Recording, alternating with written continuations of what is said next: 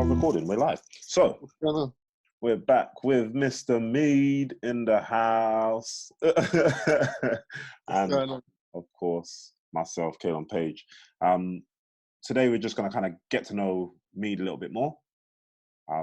He asked me loads of hard questions, so I have to return the favor. But yeah, it was. I like the last one. I think it was quite interesting. Even some of the questions that you asked got me thinking about things that I don't generally think about. So yeah, I enjoyed that. No worries, man. Okay. You can come to my psychiatrist couch anytime. Nah, mate, I'm going to stay away from your couch. They ain't doing that. Right. So, firstly, to get to know Mr. Meade a little bit more, let's find out what he does. What do you currently do, Meade? What's your job? What's your place of work? I am a finance recruiter in the city for a small consultancy. It's about 7 people that work there. And there's different areas in finance, obviously. There's not just one big thing. There's banking, there's asset management, there's advisory, there's loads of things, regulatory, all that sort of stuff. And we focus mainly on asset management and like buy side stuff. So think about places where you've probably invested in. You might hear like the names like Vanguard and that sort of thing. Yeah. The buy side asset manager. And within Miraco, there's lots of different, like the 7 different consultants all recruit different areas. So there's different parts of the business that they recruit for that you'll be familiar with. So there's like the front office, the customer facing part of the business, who does like the selling and the money making. There's the operational side, which isn't customer facing. That's the area I cover. So I recruit operational people for. I was just gonna, dude. That's complicated, isn't it? Yeah. Well, yeah. Like, if you wanted to lose me, no. As you started going, I was like, oh, okay, yeah. It's not. Facing backwards, left, right, and then you kind of finance with the left, and then up and so down. like, think of it like this. You know, like, okay, there's the kickboxing academy, yeah? Your front office, you're the one that's now he's talking my language, yeah. You're the customer-facing person, yeah? Amy is your operational support. She's the one that gets everything done behind the scenes. Right. I recruit the Amy. I find Amy and then recruit her for you. Fine. So, yeah, so just recruitment and basically. Yeah, it's recruit. Yeah, but it's like a specific area. It's not like, it's yeah. And every recruiter is like, does a specific area generally, has a specific, like, network that they work in, and mine's that. So, would you say it's interesting to you, or it's just one of those things where it is what it is? Do you enjoy it? Is it something that you're not really meant to enjoy? You're just meant to do, or what is that recruitment to me? Because obviously, to me, that just sounds like a lot of stuff. So It's interesting to like understand all these big businesses and how they work and how they're put together and what goes on behind the scenes and different teams and also the world of finance, which a lot of people think is quite dense and quite hard to kind of figure out. It's not something I was ever interested before, but working in there and talking to people that are experts it is interesting. Like, it's interesting to figure out the world of money and how it all works and how it's all put together. So it's more kind of discovering it, and yeah, that's what kind of makes it interesting, because there's more to discover. Like, I think most things can be interesting. I think if you dig deep enough, like if you go into like, I don't know, photography, like that's not something I am interested in, but I'm sure that if I sat down with someone who is deep into photography and got them to talk about it, you'd find things that are below the surface that are really interesting about it. So it's the same with that. Based on that, so how did that come about for you then? Because obviously I know you come from like the sporting background. You come from, you know. Yeah. Well, I was very much the philosophy of like work to live. I don't live to work. You know what I mean? Like I was always like, martial arts and sports was always my passion. But circumstances outside of my control, I could not make a living out of it necessarily. and then, that was also a choice I made. Not just that, it was like, being able to, when you do your hobby full time, it can be very, very difficult to enjoy it as much as you did. Yeah. So like stepping away and like working and being able to come to kickboxing, martial arts afterwards it was nicer than being in it 24/7 as well. Yeah. And how I kind of got, like, I was working, and then developed skills that that outside of sports and martial arts, as you do, like, didn't really see them as like fun, but I developed some certain skills, and then I ended up working with a guy who I became mates with, who kind of said, look, you'd be really good at this, and I've got a mate who's got a company, like, you should meet him. And then I did, and I would, sat down with the guy, the owner of the company, and chatted to him. I'd never done finance, never done recruitment, and just had a really honest chat, like not like a job interview where it's kind of there's specific questions and specific answers to it. It was really just a chat, which I really liked. He was really kind of direct and really transparent with me about what I could expect and stuff. And it's worked out so far. It's pretty good.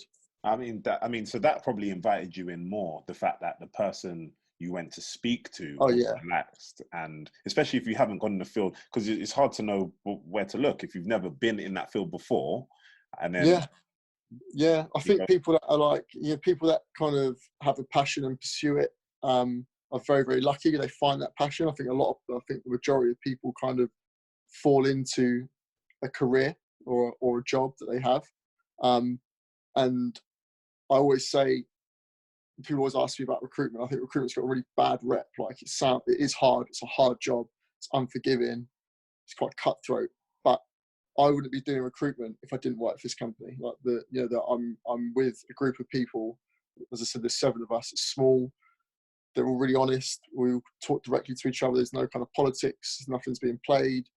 And they're just nice people. They're just cool people to be around. And I wouldn't be there if they weren't like that. So that's what's most important to me. I think that makes up for most, job play or workplace experiences. It is very much based on the people. And I think 100%. what kept you with what you was doing with the sport and the martial arts, if I'm right, was the people, was the fact that we kind of got on so well. Man. And enjoyed the people. And like you say, like, if you've got the right people around you, it's almost enjoyable in virtually anything that you do. Virtually. Yeah, you can be doing anything, man. And as long as you've got a good group of people, a good team around you, you trust and stuff, it can be enjoyable, because that's every day, isn't it? Every day is spending time with people. So you've got to be selective about who you spend your time with. I mean, there's some things where, you don't need to be a team player and it's quite independent working, but you definitely would say you're more of a team player in the crowd. You wouldn't be in a desk by yourself getting it on. You'd be sometimes it's been appealing to me to think like, oh, if I could just work from home all the time, it'd be so much better. But like, the last 4 weeks have been terrible. Yeah. Because you just need that. You need, when you're working, and you just need that, just to have a joke, like, just have a bit of banter, just to rip on someone, take a piss, whatever it is. Even have the piss taken out, you just want it just to keep you going, man. And you just don't have it. All you got is your 4 walls at home. I don't know how people do it like all the time. It must be really tough. See, so there's the flip side. So there's that side of it, which 100% I'd agree with. And then there's the commuting. Tell me about that. Because obviously working in the city, for me, man, it just looks crazy. Like, peak hours travel anyway. I'm that stressy in the traffic, stressy kind of stress head. So I don't like it. And it's not even that I'm stressing at anyone. I just don't like just not being able, kind of almost feeling restricted. So I think you get public transport now, yeah? So getting that into the city at peak time on tubes and trains, what is that like? Because I can only... It's bad. It's like, so when I started working, obviously started working with your dad, my commute was 15 minutes. Then I worked in the gym. My commute was 15 minutes. Then I worked in the West End. It was about 50 minutes. And it's just got bigger and bigger and bigger, man. Like now it's an hour and a half. Wow. And 3 hour round trip. yeah, and if I, that's what I work at the moment. I work 1 day a week from home, which helps a lot. But it's still, that's still 12 hours. What was that? 24 hours of my life a week that I spend. No, Oh, why do you break things down no, like no, that? no. It's 12 hours a week. It's 12 hours of my life I spend commuting, man. Or maybe longer. What was it? 4 times 3, 12. Yeah, 20, yeah. So it's 12 hours a week. So that's like nearly a whole working day that I spend on the tube, surrounded by people breathing at me, people moaning, people pushing in. Like, just, it's the worst. I get really irritated when people are like, obviously everyone's trying to get home and stuff. Yeah. But it's like, why are you shoving your crotch into my back? Like, what are you doing? Just bad. So yeah, that's another downside. But it kind of equals out when you get there. I guess you get to work, you get that kind of. You got like, you can't, like, it's, man, you got to be grateful for what you got. I've got, if you think about what's going on there, you're gone. Think about, my dad and then your dad when he used to work as an engineer, like on power lines and stuff. And my dad, like doing paint and decorating and labouring and stuff. My job is easy, man. I go to a nice warm office. I sit down. I've got snacks. I tap on the computer. I talk to a few people. I go to meetings. It's so easy, man. And even the commute, like, yeah, it's long, but it's just about it. It's just long. Like I can sit there, read a book. I've got podcasts, got headphones. Yeah. So, and it's not forever. It will change eventually. And I think that after this whole crisis has happened, I think a lot more people. I think like the whole office culture is going to change permanently. So we'll see what happens. Do you think? Because I think obviously the office culture is important. Like you said, obviously it's like my worst nightmare is to day in day out have to sit in front of an office just because I am such an active person, but not just that, I'm an active mind as well. And I think the best of me wouldn't come out. Put it that way, because I need to be doing something physical. I need to be moving. I can't really sit around. But I think it's still important to have that connection. Like you said, the people you're around is the reason why you find what you're doing so pleasurable in a sense. So everyone starts working from home because this is what they're playing with the idea of. Everyone really, or I say everyone, most people working from home. Could you get that like on a Zoom meeting? So you got your 7 employees on a Zoom meeting. You're all working separately, kind of talking to each other. There could be a bit of banter there. You can do individual messaging and mute people and this and the rest of it. But according anywhere near the same. According to so someone's actually done a study on this. I can't remember the name of it, but it was a study a while back. And the human brain, I think through MRI imaging, has the same response to video calls as it does to seeing someone in person. So technically, that's really interesting. Technically, I didn't expect you to say that just then. Yeah, but technically, it's different. It's more like me and you are having we've come together on a video call for a specific reason to have a chat. But what I kind of miss is sitting in the office and I've got a colleague over, like a lad called Ed, who sits kind of opposite me, and every so often he eats a sweet in a weird way, and I just kind of look at him and just kind of cuss him a little bit. You know what I mean? Or someone just farts unexpectedly. That kind of, that's funny. You can't get that on a FaceTime call. That's just one of them things, you just miss those little moments and stuff. But then again, like when I'm in the office, you sit there and sometimes you're just bored out your mind. So it's swinging around about. So wherever you are, you're kind of thinking, oh, we could have this, could have that. But definitely it's good to have an office and have a place of work to go to that's separate from your home, because you want to be able to switch off and kind of relax and all that sort of thing. So you sound relatively, I don't know if the word's happy or content with your situation now. So if you could design your own working situation, like just manufacture it yourself, how would you design it? What would you say is the penultimate way to work for Meade? Way to work, or Wait, what well, to do. I think it's both. I think obviously what you do, I think you want to find something that you're interested in. Like you said, you kind of found something Mm. that you have a slight passion about as well, because I think there has to be an element of that. Now, you can develop a passion for something. You could get into something just like anything, really. You can, I don't know, start badminton, find out, oh, this is all right, and then you get into badminton. All of a sudden, you're doing a competition with your mates, and you know what I mean. So you can develop. Yeah, I wouldn't say it's a passion of mine. It's interesting. It's interesting. Okay, fine. In the same way that the news is kind of interesting, you know, like it's just interesting. I can sit there, I can read a couple articles about it, all that. But I'd say a passion is like a passion for me is like martial arts. Like, you know, I go out of my way to sit. I'll sit there for hours on YouTube watching different fighters, different techniques, different ways of training. I'll listen to a podcast for 3 hours about training techniques and stuff. That's a passion of mine. If I had to design, or to go back to the original question, if I had to a working thing for me, it would be basically I'd be paid to sit down and play Call of Duty for a couple of hours a day, then go training, you know, see a couple of people, do some training, chill out, get some nice food, and have no worries. That is literally, so that hasn't changed since you was about what, 10? Yeah, pretty much. If I ask, I've not been one of them. I'm not one of them like career-driven people, mate.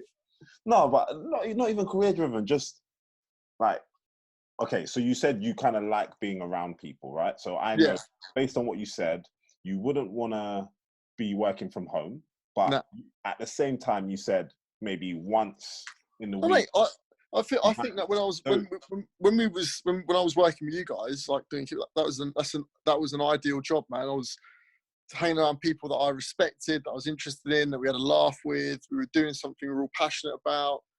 It was fun. Like no day was the same. There was just things outside of it that made it a difficult situation, you know. So if I had to design an ideal thing, it would be doing that, but for more money, obviously. But so when you say doing that, then so you got your coaching. That's kind of the coaching aspect. But then you're not contradicting, but you said that, but then you said, but I don't want that to be my ideal because I want to enjoy my hobby and my passion.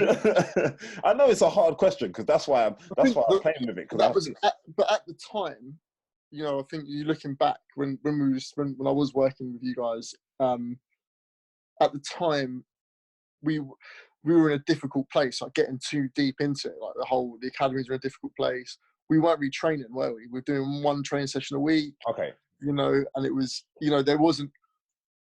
When I would talk about what we were doing, the majority of our time was spent VIPing, wasn't it? Like we was out on the street and working. It was the grind, really. The grind. When if you said, if we go back, if I said right now, oh, you know, you spend, you know, 4 days a week training, like doing training sessions, and you can coach in the afternoon, that sort of stuff.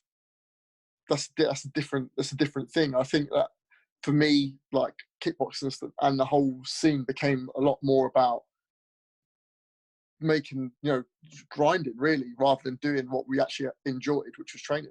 Yeah, you know, I get that, and I think that's what starts off with a lot of leisure clubs and stuff as well, because there is a pressure to be able to maintain what you have. So then you have to put the. Oh mate, it was just a difficult situation. There's no blame or anything to go around. It was just tough. Okay, so based on that, because where would you fall into that now? So would you be open to starting your own thing? This is I'm just teasing the brain a bit, you know. You just got to tease it out, because sometimes you have to hear it out to yourself as well before you can had this kind of discussion before. And you've come to me before and you've been like, I feel like this and I feel like that. But if you have all the cards or you have the control, what's your ideal situation? What would you do? Obviously, there's a lot of like when you have your own martial arts company, there's a lot of work. There's a hell of a Yeah, lot of work. I think that I'd say no, and the reason I say no is because I think that, you know, you and Michael and, you know, a lot of the guys that we train, like Alex and Lynn and all those guys that run their own clubs and stuff, they were kind of complete as martial artists, really. You know, they were older guys. They, you know, they'd found their style. They knew exactly what they wanted to do and stuff. Whereas I'm still, you know, I'm still learning a lot about like martial arts and myself and that sort of thing. So I wouldn't want to, I don't think I'd be ready to kind of run a company and stuff and have a lot of people rely on me. And I enjoyed teaching, I enjoyed coaching. I think I've got a lot more to learn before I step up and start do that again. Okay, so that's what I kind of was wanting to know. So basically for me, what it sounds like is there could be a future for you on that, but you don't feel confident to do that right now, and you don't feel like that's something you want to do right now. I don't think it's confidence. If you like, you know, I'm quite happy to teach a class and stuff now, but it's more like running your own stuff. Just not. I just someone said, "I'll show you how to run your own club."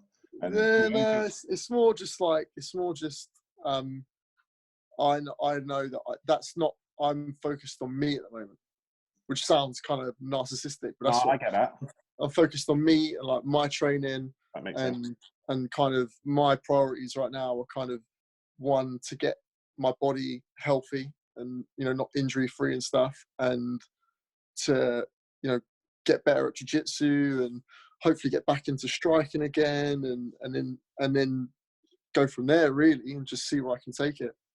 Yeah, I mean, that makes sense. I think one thing when you're running your own club or doing your own gym or whatever it is, you sometimes, like you say, you get consumed. But there's many other aspects. People just think, oh, you can just train 24 hours a day, do what you like, whatever. It's great. But there's a lot more that goes behind. There's a lot more responsibility that goes behind. It's interesting because you're coming from it. Like you taught when we had our conversation a couple of weeks back, and you were like, you know, 10 world championships, and the world championships don't make you, you know, it doesn't, you and Michael both said, don't get attached to the kind of the winning of the championships and stuff. And as much as on an intellectual level, I can understand what you're saying and appreciate what you're saying. I'm sure a lot of people can all sit there and go, I appreciate what they're saying and all that. There's one thing about knowing it, and there's another thing about actually feeling it and knowing it on like a real level, like you've done it. You as a martial artist and Michael have both won multiple times. You both, you know, you're both black belts. You're both like world class at your level, and so you can sit there and go, yeah, world championship stuff. And it's so like, I know what you're saying.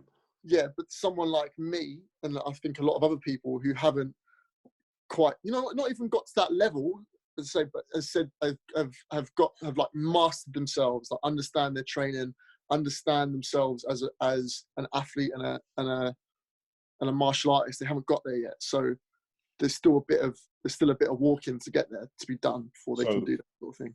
So okay, I understand what you're saying. So when would you say you've got there then?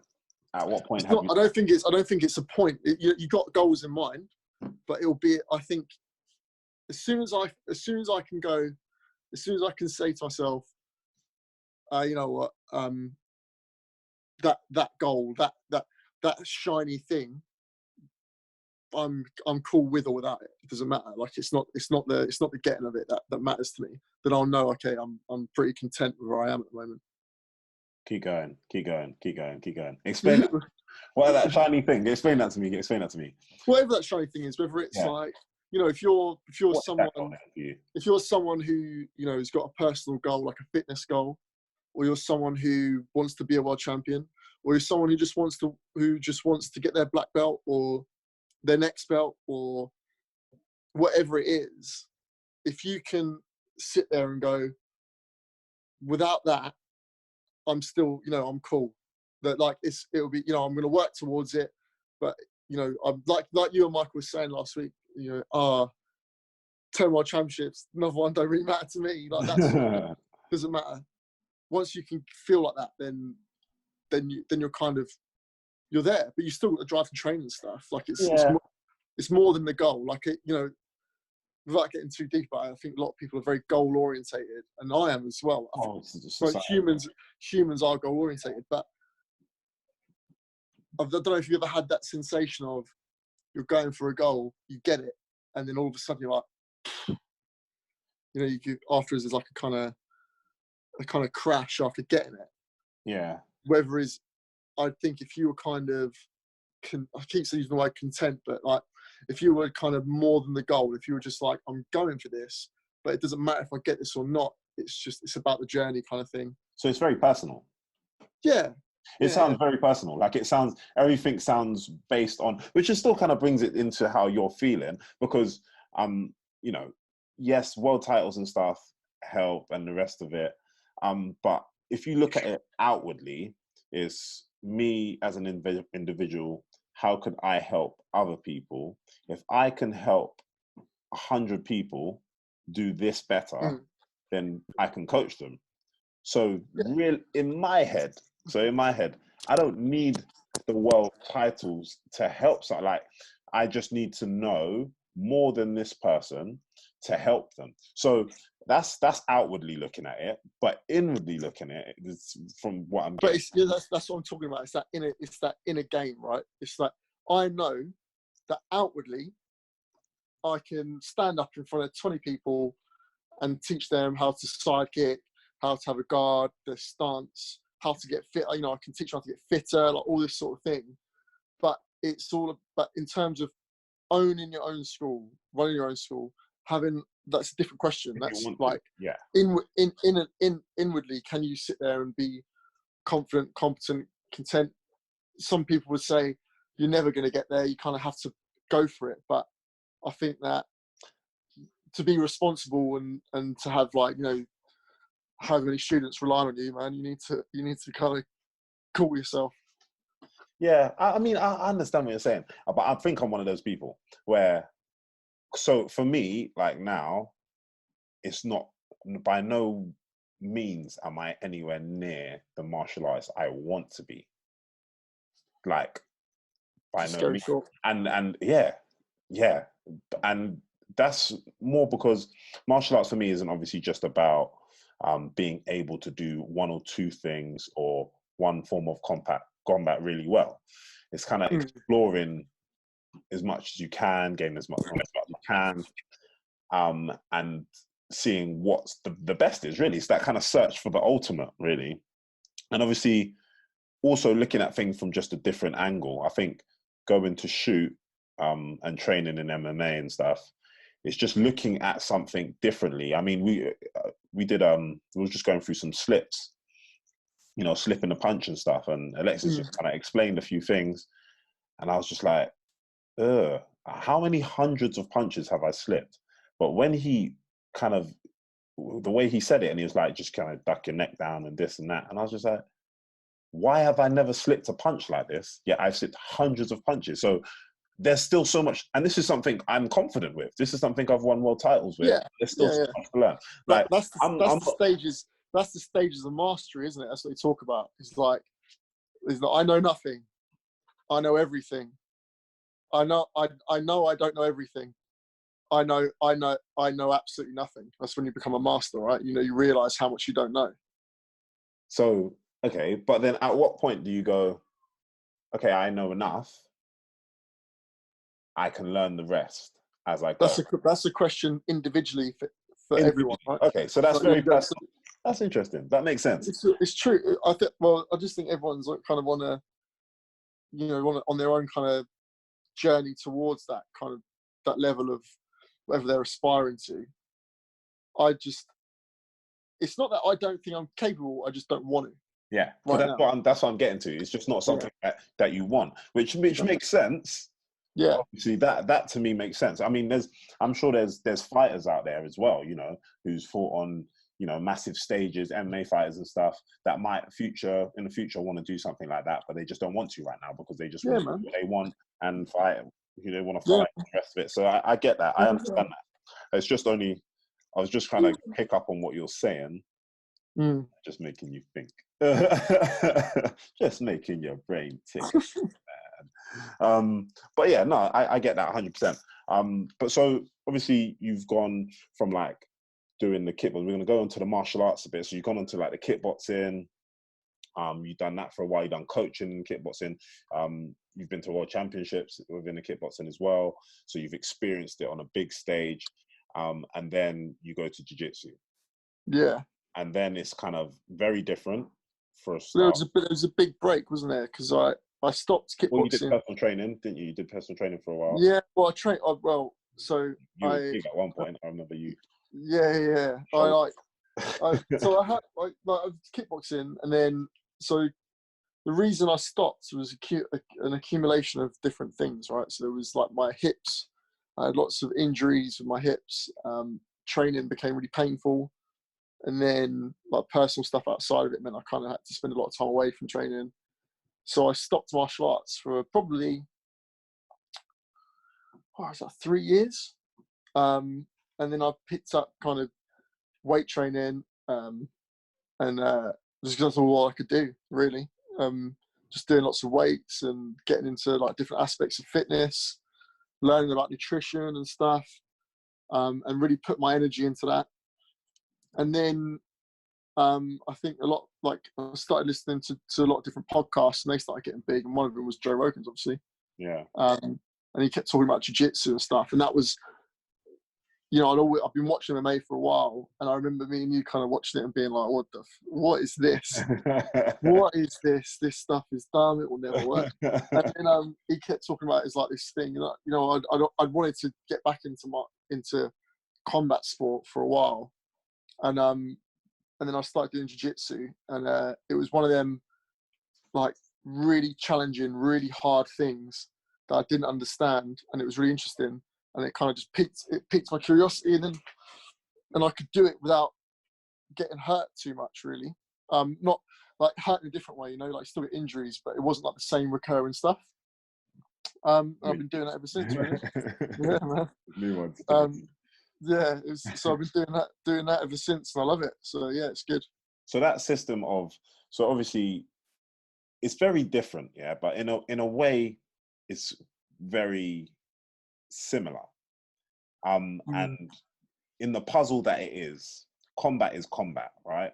You're on the floor, you're standing up, combat is combat. There's still someone trying to overpower that other person. And mate, when you start getting into it deep, you start pulling together all sport, any kind of competition, right?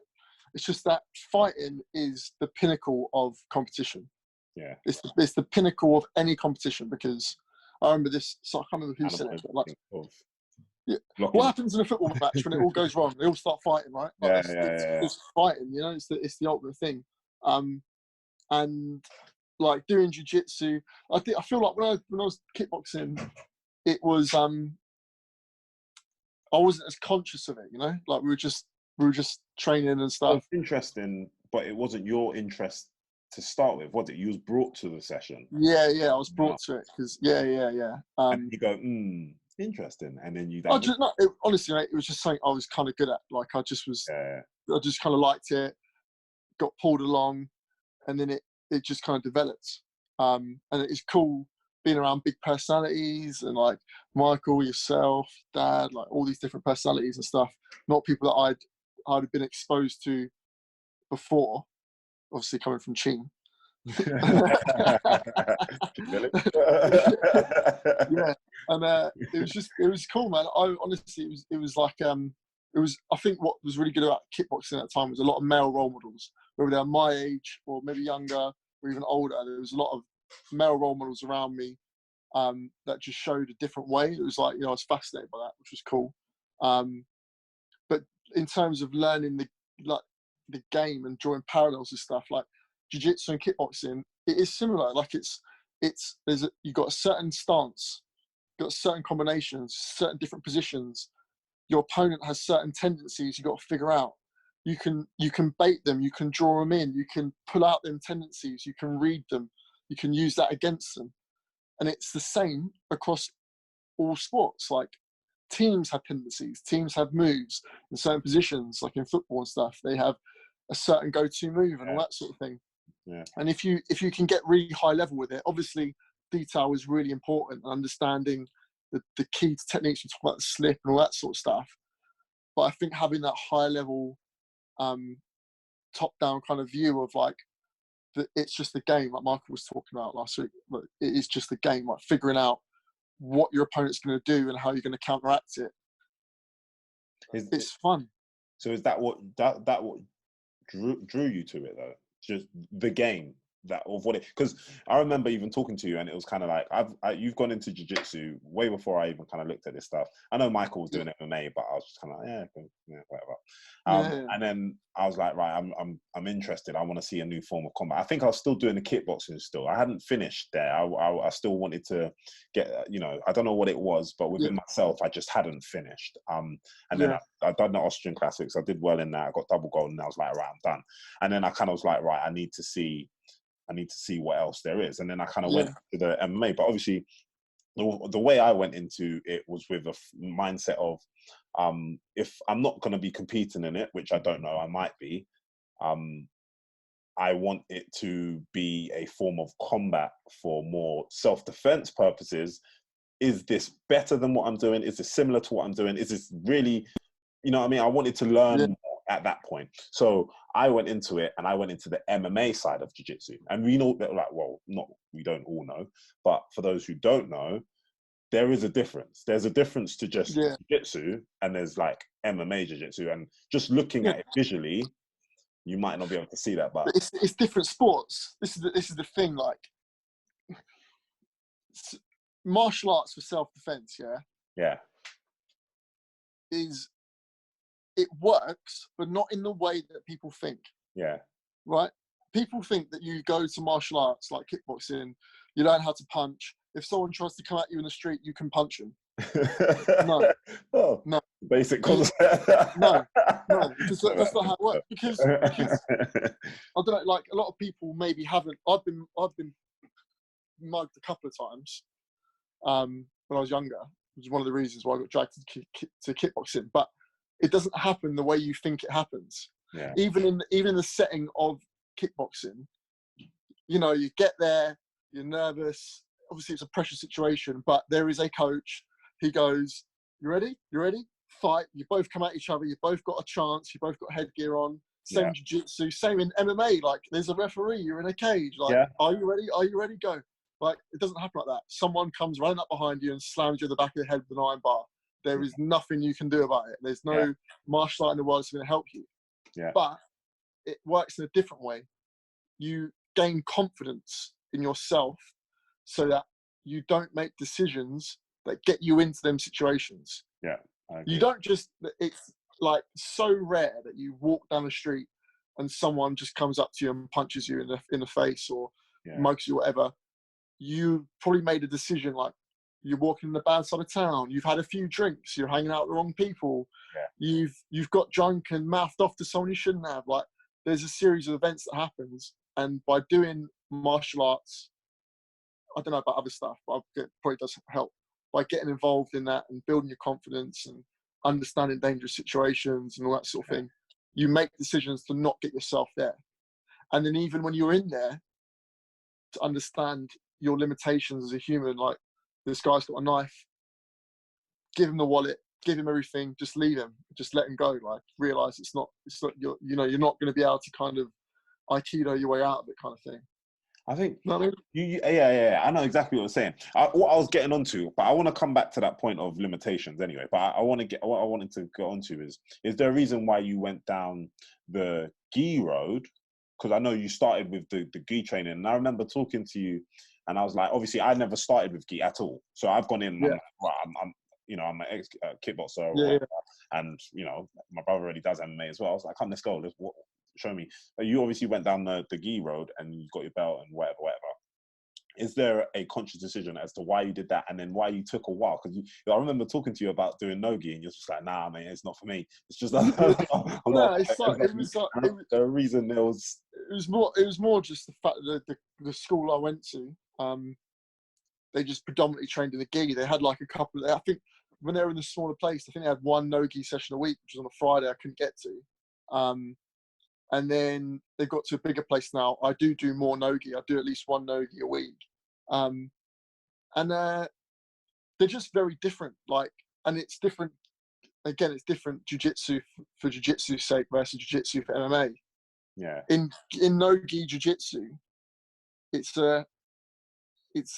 quicker, it's more unforgiving, and like there's not as much, I don't know if the right word to describe it is, but there's not as much stages to submission. It's just you engage and then it can be bam, like the submission can come really quick, which is both cool. I think it's better to watch, and certain people enjoy it. But I quite like the game of gi, which is more like passing the guard, the grips, passing the leg, securing the pin, slowly get into it, and you get more of a game. You get to play a bit more and stuff like that. And you do get that in no-gi as well, but it's just it's a lot faster. There's a lot more athleticism to it. And so, honestly, some days I prefer no-gi. I come out of it, I'm like, oh, it's amazing. Some days I prefer gi. I don't know. Is it the intent? Is it the intent? Is it the intent? Is it the mindset? Because we spoke about this before as well. Is it the mindset predominantly that changes what it is? Because obviously the mindset of MMA and no-gi is just straight on combat. It's combat. You get you just get. Whereas, like you said, the mindset on gi, you want to pass guard, you want to get this grip, you want to move this, you want to change this. So is it the mindset that makes it what it is? And then also, we also know that mindset attract different people. So the people that you have in gi, you definitely get different people. Definitely have different people in no gi, generally speaking. So is it again based more on the people that is attracted to it to make it different even more? I don't know, man. I kind of float between the two. Like I don't think it's the pit, because there's definitely like people that do the no-gi sessions are definitely more like, you get the MMA crowd coming in. They're just more athletic and stuff, and a bit more like want to have a fight. Well, not have a fight, but just a bit more. They're a bit more game. Yeah. And then people like in gi and stuff, there's still like people like that in gi, but you get more technical people. Brain power. They want. Yeah, like they want to outsmart you. Super nerds that want to. And again, it's a different challenge and stuff. But it's just a different. It's almost a different martial art, man. It's almost like you could get someone who's never watched it and look at them and go, basically doing the same thing. But when you're doing it, it's a different martial art, because there's different rules. Yeah. Different system, different things you can do, different things you can't do. I couldn't pick between the two because I enjoy both of them, man. I think they're both good. I mean, I can't say a lot for gi because I've never really done gi. I've only really done the no gi. There's in like gi, there's more. The sweep is really important in gi. The sweep is so important, and it's also fought over a lot more. You'll see a lot more people in guard for a lot longer time, and there's a more of a combination of sweeps because of the different combinations of grips. There's more techniques in gi, whereas in no gi there's less techniques, but it's more fast paced. And then someone will get into side control, but then probably not going to stay there for very long because it's much more difficult to hold someone down and stuff like that. So like there's more transitions in gi, I think, no gi. Whereas gi, there's more options. Yeah. It's interesting though, isn't it? It's just interesting that how something that, essentially is the same thing, just putting on a different item of clothing. That's why that's why it's so interesting when people like talk about the best martial art. There isn't, it depends, man. Like the UFC as MMA, if you look back, back in the 80s, they had different rule sets. In Japan, they had like, I think they had limited rounds, like so it'd be one round, it'd go for as long as it'd take, and the fighting looks so different. So different, like because you have to grapple, like you can't swing and punch at people for so long because you'll get gas out. The cage makes a difference. You look at Khabib Nurmagomedov now; he's like absolutely smashing it, but his style is predominantly works because of the cage. because he can pin people up against the cage Yeah, and he collapse them grinds down. them. Yeah. You know, and so like it's amazing what happens when you change rules, change settings, change this, change that. Like the one little thing can just change everything. It just sounds like it's all combat is so much more playful than people give it credit. It's a game. It's a game, man. Like, I think obviously, like you say, because it's the ultimate competition, like you said earlier, I think it's quite intimidating for people. But if you think about it technically, it's technically it's about like I think Michael said something. He said you got to relax. You know, most people when they come into martial arts are super tense because it's life or death. Well, it's testosterone driven as well, or testosterone driven, ego. Like you don't want to get punched, you don't want to get hurt, you don't want to let that guy punch you, you don't want to lose. All these things, because losing the game of football, kind of annoying. You see people get annoyed about it, but at the end of the day, it's a game of football. Yeah. Lose a fight, there's something inside you. You know you just died. Like that person, if this was a real fight, just killed you, man, and took your meat, took your money, like, took everything off you. And so, like, it just taps a nerve. But when you can overcome that and realize, this is just a game, and there's all these different things I can play with, my pace, how quick I'm moving, different things I'm showing, loads of different things you can play with. It becomes so fun. So ultimately, we're looking at the creativity. Really is what's key. Yeah, really. It still comes down to mindset, I think. But I think obviously Michael does gi, but if you look at how, he doesn't do gi. He does no gi.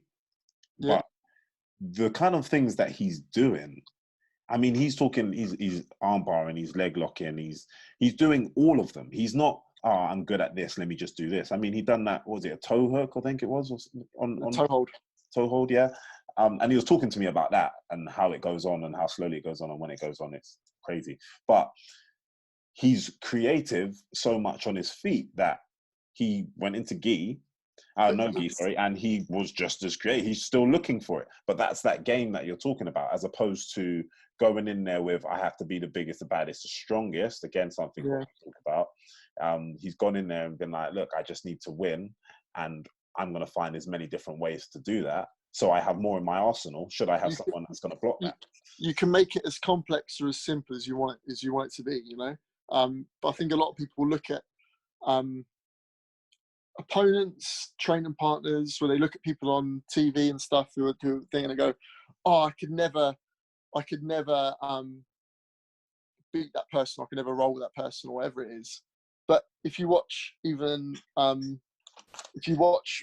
like, if you watch Michael when he was on the floor with what's his name, the Brazilian dude, not the one he lost. Cyborg. Douglas. Douglas Lima. Yeah. When Douglas Lima, he was in Michael's close guard. Yeah. And a lot of people would have said, "Oh, if Michael's on the floor, he's going to get smashed or whatever." Michael held both his hands. Yeah. Held him in his close guard, and the guy couldn't do nothing. And you go, okay, that's that guy's whole ground game is now nullified completely by someone who should never have been able to nullify it. But because Michael understand, keep it simple, man. You hold both his hands, he can't punch you. Yeah, simple. And it's the same thing. Like, you know, you see an opponent who's like super quick, or has got like who's really, really good.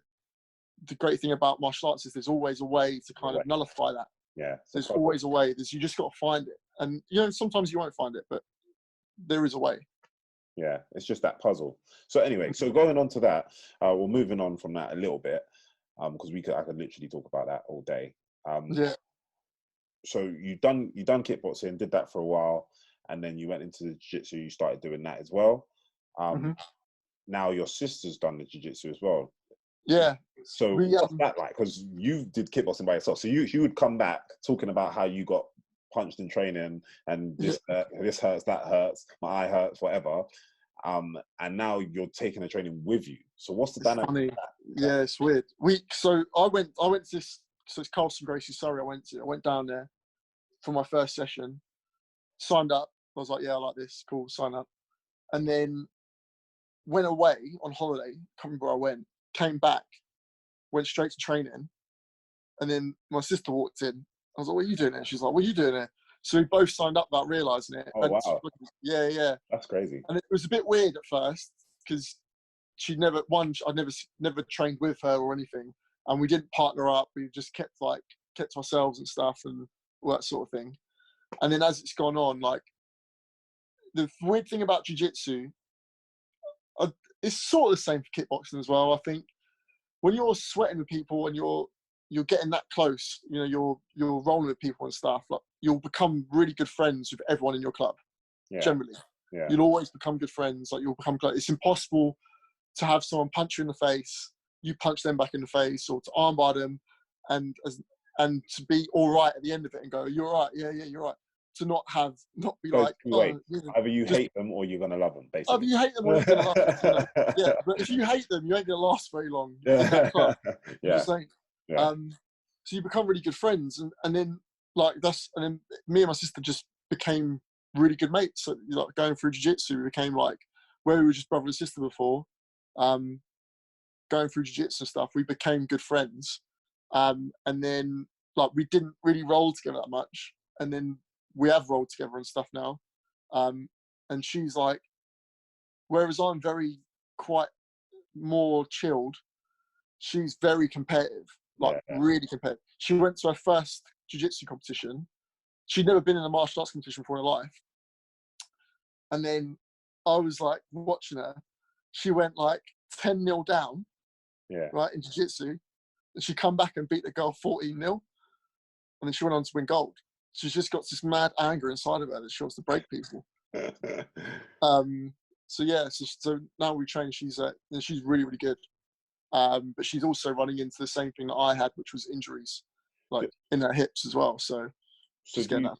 Why do you? I don't know if you've ever asked her, but why did she go into it? Do you know? She was looking for fitness, but she's a paramedic as well. And there was a specific incident that happened where a mentally ill person she'd been sent to deal with, he basically tried to attack her, kind of thing. Yeah. And she was like, well, I want to get fit and I don't want that to happen again. So she went and I'd been listening to Joe Rogan's podcast, and so had her fiance, and he was telling her just go to jiu-jitsu, and he knew the guy who ran the club. Yeah. So he just said to her to go there, and so that's why she went. And she's been going solidly all the time now. It's funny that it normally takes something in your life to get you pushed there, because she'd watched you for years do martial arts, and it took that incident to make her go, "Nah, like I don't want this. I need to." Yeah, because you don't. I think for men, it's in your mind as a man that from a young age, fighting is always in the back of your head. I think. You know what I mean? Like, it's not that you're wanting to fight or you're looking for fights or whatever, but every time there's a bit of tension with, like, you know, in secondary school or whatever, with another lad in class, you know that could devolve into a fight like that. Yeah. There's only one way it's going. If you're going to stand up for yourself and not take any crap off this dude, you might have to punch him. Like, and the consequences aren't, you know, obviously I'm not recommending people punch people, but between blokes, if you get punched, you're gonna, you know, it'll be all right afterwards, as long as no one's really badly hurt or anything. Yeah. So fighting's in the back of your mind. So I think most men have a passing interest in boxing, MMA, whatever it is. Yeah. I think it's a bit different for women. But yeah, sometimes it just takes that moment of, like, realizing you're not invulnerable to go, well, I need to at least be able to know what regain. Yeah. And regain the because you're going through life with a level of confidence, right? And then it gets knocked and you want to get back to it. You'll never get back to that kind of ignorant stage of confidence where you didn't know what you could do, but you'll realize what you cannot do, which will give you more confidence, which sounds weird, but yeah. Well, which kind of goes back to the point that I wanted to go to anyway. But confidence, obviously, we know is a major thing, and I find I haven't been in many altercations because of confidence. And when I say many altercations, I've fought all my life. So if you class me, you're also 6'5". Also 6'5".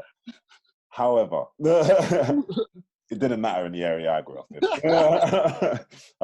But you know, I haven't been in many because, like you say, you kind of pick your battles. You don't always have to puff your chest out. And I had the kind of understanding and personal self-esteem, I guess, to walk away and not like, well, you kind of take one to your pride a little bit, just to kind of make sure that things don't develop into something, like you say, like a fight or whatever. And I was always told very young, you know, you can get into a fight, but understand you know martial arts. So if you know martial arts, it was almost like a fear-driven thing. So it was like, you know martial arts, so you cannot win. So obviously that was an interesting point to me, because I was like, of course I can't. How do I lose? I'm if they don't know anything, they're about to. But if you use your martial arts on them and hurt them, you've lost, because you're going to get a lot of the blame for that. And obviously, if you lose and they whoop you, then you've lost again. So it was like, in that instance, you can't really win. You can only get out the best way, or the best possible way, without, you know, everyone not getting too hurt or no one getting in too much trouble. And that's how you kind of got to look at it. So I can kind of see where that goes, but it kind of brings me back to that limitation thing. Obviously, someone like Mike, what limit? There's no limit. You say However, that, but he's very intelligent as to understanding when there's a problem and there's a situation and how to navigate around it. But the confidence that he oozes is, if 15 guys walk up to him, the chances are, I think it's a high percent chance that 15 guys are going to end up walking away from him, just because he's going to ooze that kind of confidence that 5 of you are going to get really. Did you see? Obviously, it's not Michael, but did you see recently?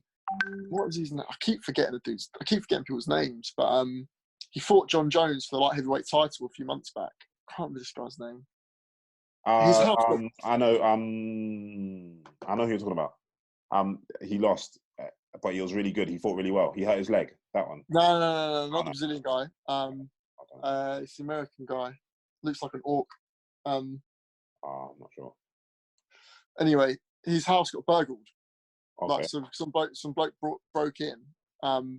And in the interview afterwards, not as if there's an interview afterwards, but like he basically went to the press and was saying hardest fight of his life. He was terrified. I saw the article. I know who you're talking about. And they suspected that the guy was high on something. But what I'm saying is like, this guy was the number one contender, for the light heavyweight world championship. Yeah. Fought one of the greatest fighters of all time. Didn't do great, but like still to get there and get in the cage with him. And then some bloke off the street has broken into his house, and he said that was the hardest fight of his life. He said he threw everything at him, and he just seemed everything. Kept coming. I mean, mate, like, things are different when it's truly life and death, man. Well, I've been there, but I'd imagine that it's just different, and you don't want to be put in that situation.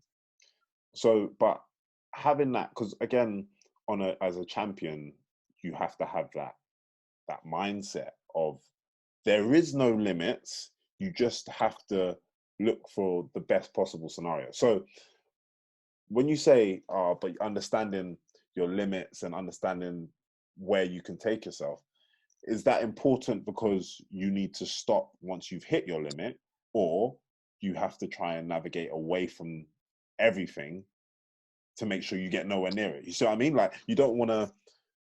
It's almost fear driven.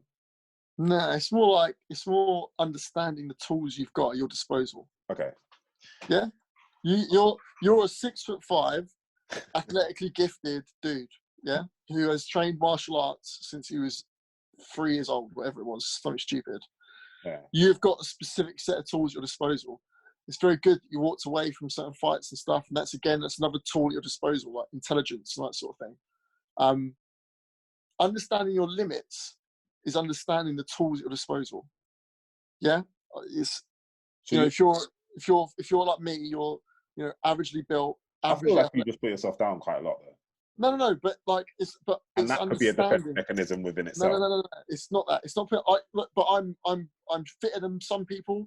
I'm stronger than some people. I'm smarter than some people. I'm also dumber than a lot of people. I'm also not. And it's the same. I think it's an important lesson. I think that when you I don't know, when you do martial arts and It humbles you. it humbles you, and you Yeah. understand that there are people that are just gonna whoop you, man. Like there are heavyweights that are gonna crack you in one punch and it's game over. And understanding that there isn't, if someone's got a knife, there is no technique in the world that is going to help you to like just If walk you go away. to Someone's combat got a with gun. a knife, someone's getting cut. Basically, most of Man, the time, that's what's happening. it's